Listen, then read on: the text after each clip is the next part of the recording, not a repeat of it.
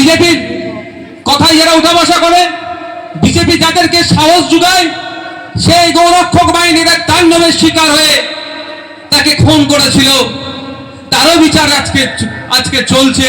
তার স্মরণে আমরা আজকে রক্তদান শিবির করছি। আমি প্রথমে রক্তদান শিবিরের গুরুত্ব কি এই বিষয়ে গুটি কয়েক কথা বলবো।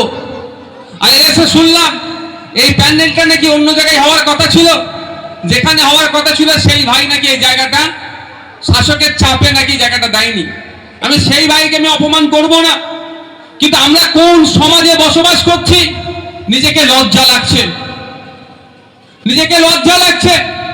একটা এই যে প্রোগ্রামটা হচ্ছে সাধারণ মানুষ উপকৃত হবে, এই রক্তটা যখন ব্লাড ব্যাংকে যাবে, মানুষের যখন রক্তের প্রয়োজন হবে, একবারের জন্য কিন্তু ব্লাড ব্যাংকে গিয়ে বলবে না যে আমি তৃণমূল করি, আমাকে তৃণমূলে রক্ত দাও, আইএসএফের আমার রক্তের প্রয়োজন নাই, একথা কিন্তু কেউ বলে না। তারপরেও রক্তদান শিবিরকে নিয়ে এত নোংরামি কেন? যে নেতার কথা শুনে যে ভাই ভয় পেয়েছেন, দুজনের উদ্দেশ্যেই বার্তা, আমি চাই না আপনার পরিবার বিপদে পড়ুক। তারপরেও মহিলাদের ক্ষেত্রে ম্যাক্সিমাম সময় যখন বাচ্চা প্রসবের সময় এসে যায় বা যখন বাচ্চা প্রসব হয়, সেই সময় রক্তের সব থেকে বেশি চাহিদা, সব থেকে বেশি প্রয়োজন হয়। আপনার ঘরেও মহিলা সদস্য আছে, আপনার বাড়িরও মেয়ে আছে, আপনি কোনো মায়ের সন্তান, সেই মেয়েদেরকে জিজ্ঞাসা করবেন যখন বাচ্চা প্রসবের সময় আসে সেই সময় কতটা প্রয়োজন হয় রক্তের, তাদেরকে অন্তত জিজ্ঞাসা করুন। আর আজকের এই মঞ্চ থেকে আমি বলে যাচ্ছি, যে ভাই জায়গা দেওয়ার জন্য অনীহা প্রকাশ করলো, ওই ভাইকে যে নেতা ডিস্টার্ব ভয় দেখিয়েছিল, দুজনের উদ্দেশ্যে বলছি, আপনাদের অপচেষ্টাতেও আমাদের প্রোগ্রাম কিন্তু বন্ধ করতে পারেননি। আপনারা ব্লক জুড়ে যে রক্তদান শিবির করবেন, আমরা একটা অঞ্চলে তার থেকে বেশি রক্তদান করে দেখিয়ে দেব আমার মা বোনেরা প্রস্তুত আছে।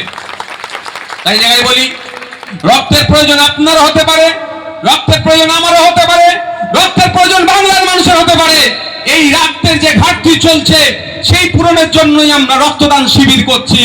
এই রক্তদান শিবির থেকে আমি অঙ্গীকার করে যাচ্ছি, যে ভাই জায়গা দেওয়ার জন্য মনস্থির করলো, পরবর্তীতে পার্টির চাপে নাকি সে জায়গায় দেয়নি, যে পার্টির নেতাটা চাপ দিয়েছিল তারও উদ্দেশ্যে আমার বার্তা, যদি কোনো সময় রক্তের প্রয়োজন হয় আমার নেতাগুলোদেরকে জানাবেন, গোপনে আপনার রক্তের ব্যবস্থা আইএসএফ করে দেবে।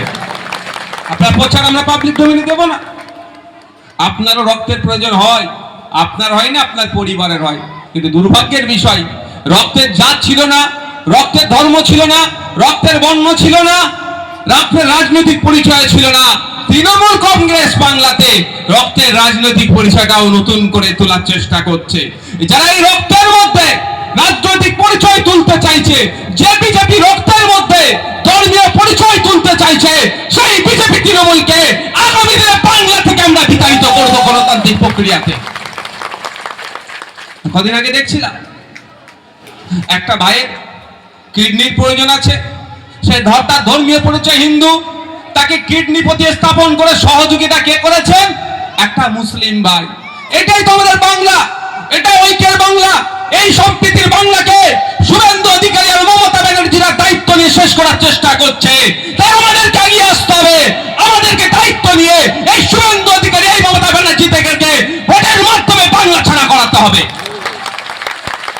বিপদে যখন পড়বে, চাই আমার হিন্দু ভাই হতে পারে, চাই আমার মুসলমান ভাই হতে পারে, রক্তের যখন প্রয়োজন হয় নেতাদেরকে ফোন করলে রক্ত পাওয়া যায়। তারা বলে ব্যবস্থা করতে পারছি না, ফলে 1500 2000 টাকা ব্ল্যাকে কিনতে হয়। আর ও নেগেটিভ রক্ত হলে তো যে যার মতো করে দামে কিনতে হয়। আর রাষ্ট্রের দায়িত্ব তো, রাজ্যের দায়িত্ব আমার স্বাস্থ্যকে ভালো রাখার। আমি অসুস্থ হলে রাজ্যকে সেই ট্রিটমেন্ট করতে হবে। ট্রিটমেন্ট তো দূরের কথা, সামান্য একটা রক্তের প্রয়োজন হলে রাজ্য আমাকে ব্যবস্থা করে দিতে পারে না, সরকার আমাকে পারে না। সেই জায়গায় ইন্ডিয়ান সেকুলার ফ্রন্ট বিভিন্ন জায়গায় রক্তদান শিবির করে মানুষের কিভাবে ভালো থাকা দেখা যায়, মানুষ কিভাবে ভালো থাকবে, রক্তের চাহিদা কিভাবে মেটানো যাবে, তার জন্য যখন প্রোগ্রাম করছে, অপদার্থগুলো আটকানোর চেষ্টা করছে। অপদার্থগুলো আটকে রাখতে পেরেছে ভাই। ভাই তুমি এটা বসো না, পিছনে মায়েরা আছে তো, ছেলেগুলো বসে যাও, ছেলেগুলো বসে যাও, মায়েরা দেখছে, মায়েদের অসুবিধা হবে। তো যখন রক্তের প্রয়োজন হয় আমরা এগিয়ে ফিরে আসছি।